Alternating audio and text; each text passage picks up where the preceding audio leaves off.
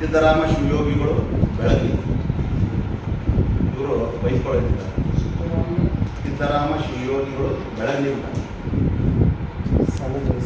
ದಿವ್ಯ ಕಾರ್ಯಕ್ರಮ ಹಾಗೂ ಈ ಕಾರ್ಯಕ್ರಮ ಕೇಂದ್ರ ಬಿಂದು ಮುಖ್ಯ ಭಾಷಣಕಾರರಾಗಿ ಚಕ್ರವರ್ತಿ ಸುಲಿಬೇಡಿಯವರು ಈ ಕಾರ್ಯಕ್ರಮಕ್ಕೆ ಆಗಮಿಸಲಿದ್ದಾರೆ.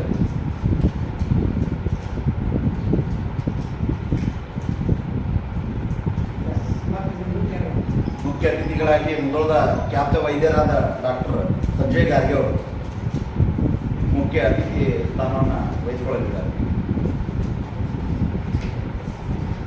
ಈ ಕಾರ್ಯಕ್ರಮಕ್ಕೆ ಸರಿಸುಮಾರು 5,000 ರಿಂದ 6,000 ಮುಧೋಳ ತಾಲೂಕು ಸುತ್ತಮುತ್ತಲಿನ ಗ್ರಾಮದ ಎಲ್ಲ ಜನರು ಒಂದು ಕಡೆ ಸೇರೋರಿದ್ದಾರೆ. ಈ ಕಾರ್ಯಕ್ರಮ ಒಂದು ನರೇಂದ್ರ ಮೋದಿ ಅವರು ಏನು ಸಾಧನೆ ಮಾಡ್ಯಾರ ಅದೊಂದು ಪ್ರೆಸೆಂಟೇಷನ್ ಮುಖಾಂತರ, ಒಂದು LED ಸ್ಕ್ರೀನ್ ಮುಖಾಂತರ, ಇದು ಸತ್ಯ ಅವಲೋಕನ ಒಂದು ಪ್ರೆಸೆಂಟೇಷನ್ ಮುಖಾಂತರ ಈ ಕಾರ್ಯಕ್ರಮ ನಡೀತಿದೆ.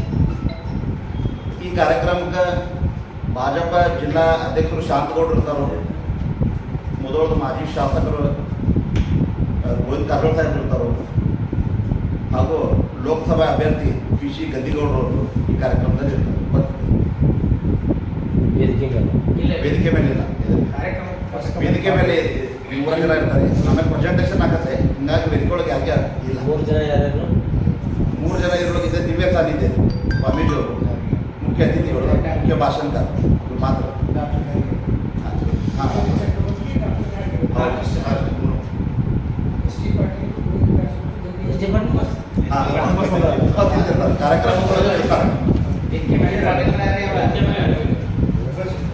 ಅದಕ್ಕೆ ಈ ಮೂಲಕ ನಾವು ತಮ್ಮಲ್ಲಿ ಈ ಮೂಲಕ ಮಾಧ್ಯಮ ಮುಖಾಂತರ ನಾವೆಲ್ಲ ಜನರಲ್ಲಿ ಕೇಳ್ಬೋದು ಅಂತ, ನರೇಂದ್ರ ಮೋದಿಜಿ ಅಭಿಮಾನಿಗಳು ನಾವು ಪಕ್ಷದ ಎಲ್ಲ ಅಭಿಮಾನಿಗಳು ಈ ಕಾರ್ಯಕ್ರಮ ಒಳಗೆ ಹೆಚ್ಚಿನ ಸಂಖ್ಯೆ ಒಳಗೆ ಭಾಗವಹಿಸಬೇಕು, ಈ ಕಾರ್ಯಕ್ರಮ ಯಶಸ್ವಿಗೊಳಿಸ್ಬೇಕಂತ ಅವರಲ್ಲಿ ವಿನಂತಿ ಮಾಡ್ತೀವಿ.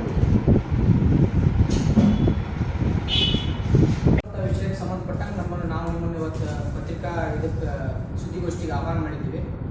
ಏನಪ್ಪ ಅಂತಂದ್ರೆ ನಮೋ ಬ್ರಿಗೇಡ್ ಅನ್ನುವಂಥ ಸಂಘಟನೆ ಕಳೆದ 10 ವರ್ಷಗಳ ಹಿಂದೆ ಹುಟ್ಟುಕೊಂಡು ಸ್ಪಷ್ಟವಾದ ಅಜೆಂಡಾ ಏನಪ್ಪ ಅಂತಂದ್ರೆ ನರೇಂದ್ರ ಮೋದಿ ಅವರನ್ನ ಮೊಟ್ಟ ಮೊದಲಿಗೆ ಪ್ರಧಾನಮಂತ್ರಿಯನ್ನಾಗಿ ಮಾಡಬೇಕು ಅನ್ನುವಂಥ ಸ್ಪಷ್ಟವಾದ ಅಜೆಂಡಾವನ್ನು ಇಟ್ಕೊಂಡು ಈ ಒಂದು ನಮೋ ಬ್ರಿಗೇಡ್ ಅನ್ನುವ ಸಂಘಟನೆ ಚಕ್ರವರ್ತಿ ಸೂಲಿಬೇಡಿ ಅವರ ನೇತೃತ್ವದಲ್ಲಿ ಹುಟ್ಟುಕೊಂಡು ಕರ್ನಾಟಕ ರಾಜ್ಯದ ವಿವಿಧ ಮೂಲೆಗಳಲ್ಲಿ ಸಂಘಟನೆ ತನ್ನ ಕಾರ್ಯಗಳನ್ನು ಮಾಡ್ಕೊಳ್ತಾ ಬಂದಿದೆ.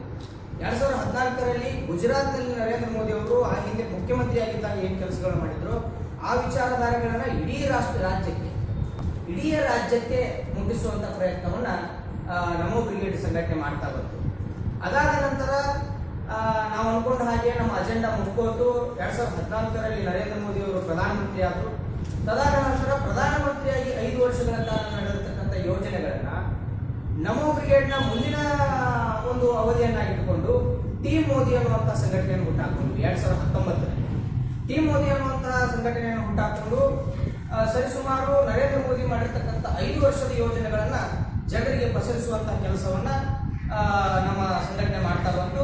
ಆದರೂ ಕೂಡ ನಮ್ಮ ಅಜೆಂಡಾವನ್ನ ನಾವು ರೀಚ್ ಆದ್ವಿ. ಅದಾದ ನಂತರ 2019ರಲ್ಲೂ ಕೂಡ ನರೇಂದ್ರ ಮೋದಿ ಅವರು ಈ ದೇಶದ ಪ್ರಧಾನಮಂತ್ರಿಗಳಾದರು. ಈಗ ಮತ್ತೆ 2024ರ ಚುನಾವಣೆಯಲ್ಲಿ ನರೇಂದ್ರ ಮೋದಿ ಅವರು 3ನೇ ಬಾರಿಗೆ ಪ್ರಧಾನಮಂತ್ರಿ ಆಗಬೇಕು ಅನ್ನುವಂತಹ ಉದ್ದೇಶವನ್ನು ಇಟ್ಕೊಂಡು ನಮೋ ಬ್ರಿಗೇಡ್ 2.0 ಅನ್ನುವಂಥ ಹೆಸರಿನಡಿಯಲ್ಲಿ ಸಂಘಟನೆಯನ್ನು ಮಾಡಿಕೊಂಡು 2.0 ನಮೋ ಬ್ರಿಗೇಡ್ 2.0 ಅನ್ನುವಂಥ ಹೆಸರನ್ನು ಇಟ್ಟುಕೊಂಡು ಸರಿಸುಮಾರು 9 ತಿಂಗಳಿಂದ ಕರ್ನಾಟಕ ರಾಜ್ಯಾದ್ಯಂತ ಸಂಘಟನೆಯನ್ನು ಹುಟ್ಟುಹಾಕಿ ಸಂಘಟನೆಯ ಕೆಲಸಗಳನ್ನು ಪ್ರಸರಿಸ್ತಾ ಬಂದಿದ್ದೇವೆ. ಉದಾಹರಣೆಗೆ ನರೇಂದ್ರ ಮೋದಿ ಮಾಡಿರ್ತಕ್ಕಂತಹ ಯೋಜನೆಗಳನ್ನ ಜನರಿಗೆ ಪಸರಿಸುವಂತ ಕೆಲಸಗಳಲ್ಲಿ ನಾವು ಮೊದಲಿಗೆ ಜನಗಣ ಮನ ಬೆಸೆಯೋಣ ಎನ್ನುವಂತಹ ಬೈಕ್ ರ್ಯಾಲಿಯನ್ನ ಕರ್ನಾಟಕ ರಾಜ್ಯಾದ್ಯಂತ ತೆಗೆದುಕೊಂಡದ್ದು. ಸರಿಸುಮಾರು 6,000 ಕಿಲೋಮೀಟರ್ ಜರ್ನಿ ಇದಾಗಿತ್ತು. ಕರ್ನಾಟಕ ರಾಜ್ಯಾದ್ಯಂತ ಬೈಕ್ ರ್ಯಾಲಿ ಜನಗಣ ಮನ ಬೆಸೆಯೋಣ ಅಂತಂದ್ರೆ ಹಳ್ಳಿಗಳನ್ನ ಮುಟ್ಟಿ ಅಲ್ಲಿರ್ತಕ್ಕಂತಹ ಬುಡಕಟ್ಟು ಜನಾಂಗದ ಜೊತೆಗೆ ಬೆಸೆದು ಅಲ್ಲಿರ್ತಕ್ಕಂಥ ಬುಡಕಟ್ಟು ಜನಾಂಗದ ಜೊತೆಗೆ ಊಟ ಮಾಡಿ ಮತ್ತು ತರುಣರ ಜೊತೆ ಸಂವಾದ ಮಾಡಿಕೊಂಡು ದೇಶದ ಈಗಿನ ಪರಿಸ್ಥಿತಿಗಳನ್ನ ಮತ್ತು ಮೋದಿ ಅವರಿಂದ ಹಾಕೊಟ್ಟಂತ ವಿಚಾರಧಾರೆಗಳನ್ನ ಸಮ್ಮಿಲನ ಮಾಡ್ತಾ ಈ ಕಾರ್ಯಕ್ರಮವನ್ನು ಮಾಡಿದ್ವಿ. ಬಾಗಲಕೋಟೆ ಜಿಲ್ಲೆಯಲ್ಲೂ ಕೂಡ ಈ ಕಾರ್ಯಕ್ರಮ ಆಯಿತು. ನಾವು ಕುಳಗೇರಿ ಕ್ರಾಸ್ನಿಂದ ಈ ಬೈಕ್ ರ್ಯಾಲಿಯನ್ನು ಪ್ರಾರಂಭ ಮಾಡಿ ಬಾದಾಮಿಯಿಂದ ಅಲ್ಲಿಂದ ಲೋಕಾಪುರದಿಂದ ಮುಧೋಳದ ಹೊರಗಿನ ಬೈಪಾಸ್ನ ಅಡಿಯಲ್ಲಿ ಗಲಗಲಿಯ ಮೂಲಕ ಈ ಬೈಕ್ ಯಾತ್ರೆಯನ್ನ ಮುಗಿಸಿದ್ವಿ. ಅದರೊಟ್ಟಿಗೆ ಕರ್ನಾಟಕ ರಾಜ್ಯ ರಾಜ್ಯಾದ್ಯಂತ ಇನ್ನು ಮಲಗಿದರೆ ಏಳುವಾಗ ಭಾರತ ಇರುವುದಿಲ್ಲ ಅನ್ನುವಂತಹ 3 ದಿನಗಳ ಕಾಲ ಸರಣಿ ಉಪನ್ಯಾಸವನ್ನು ಸರಿಸುಮಾರು 15 ಸರಣಿ ಉಪನ್ಯಾಸಗಳನ್ನು ಕರ್ನಾಟಕ ರಾಜ್ಯಾದ್ಯಂತ ಮಾಡಿದೆ. ಅದರ ಮುಂದುವರೆದ ಭಾಗ ರಾಮ ಮಂದಿರ ಉದ್ಘಾಟನೆ ಆದಾಗ ರಾಮ ಮಂದಿರಕ್ಕಾಗಿರತಕ್ಕಂಥ ವಿಚಾರಗಳನ್ನ ಜನರಿಗೆ ಮುಟ್ಟಿಸುವ ಉದ್ದೇಶದಿಂದ ಹನುಮ ರಥ ಯಾತ್ರೆಯನ್ನ ಪ್ರಾರಂಭ ಮಾಡಿದ್ವಿ. ಸರಿಸುಮಾರು 7,000 ಕಿಲೋಮೀಟರ್ ಅನ್ನ ಹನುಮ ರಥವನ್ನ ತೆಗೆದುಕೊಂಡು ಹೋಗಿದ್ದೇವೆ. ಅದರ ಮುಂದುವರೆದ ಭಾಗವಾಗಿ ಈಗ ಎಲೆಕ್ಷನ್ ಇನ್ನೇನು ಸಮೀಪದಲ್ಲಿರುವ ಕಾರಣಕ್ಕಾಗಿ ನಮೋ ಭಾರತ್ ಅನ್ನುವಂತಹ ಒಂದು ದಿನದ ಒಂದು ವೇದಿಕೆ ಬಹಿರಂಗ ಸಮಾವೇಶಗಳನ್ನು ಈಗ ಪ್ರಾರಂಭ ಮಾಡಿದ್ದೇವೆ. ಕರ್ನಾಟಕ ರಾಜ್ಯಾದ್ಯಂತ ಸರಿಸುಮಾರು 150 ಕಾರ್ಯಕ್ರಮಗಳು ಯಶಸ್ವಿಯಾಗಿವೆ.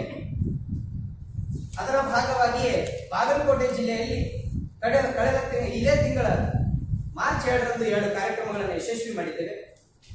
ಅದರ ಮುಂದುವರೆದ ಭಾಗವೇ ನಾಳೆ ದಿನ ಮುಧೋಳ ಪಟ್ಟಣದಲ್ಲಿ ಅಂದ್ರೆ 19 ಮಂಗಳವಾರ ಸಾಯಂಕಾಲ 6 ಗಂಟೆಗೆ ಶ್ರೀಯುತ ನಮ್ಮ ಸಂಘಟನೆಯ ಸಂಸ್ಥಾಪಕರಾಗಿರ್ತಕ್ಕಂತಹ ಶ್ರೀಯುತ ಚಕ್ರವರ್ತಿ ಸೂಲಿಬೆಲೆ ಅವರಿಂದ ಬಹಿರಂಗ ಸಮಾವೇಶವನ್ನು ಏರ್ಪಾಡು ಮಾಡಿದ್ದೇವೆ. 4 ಗಂಟೆ ಅಂದ್ರೆ 2-3 ದಿನದಾಗ ಈಗ ದಾನ ಆಗಿತ್ತು. ಸಾಯಂಕಾಲ 6 ಗಂಟೆಗೆ ಹೇಮರೆಡ್ಡಿ ಮಲ್ಲಮ್ಮ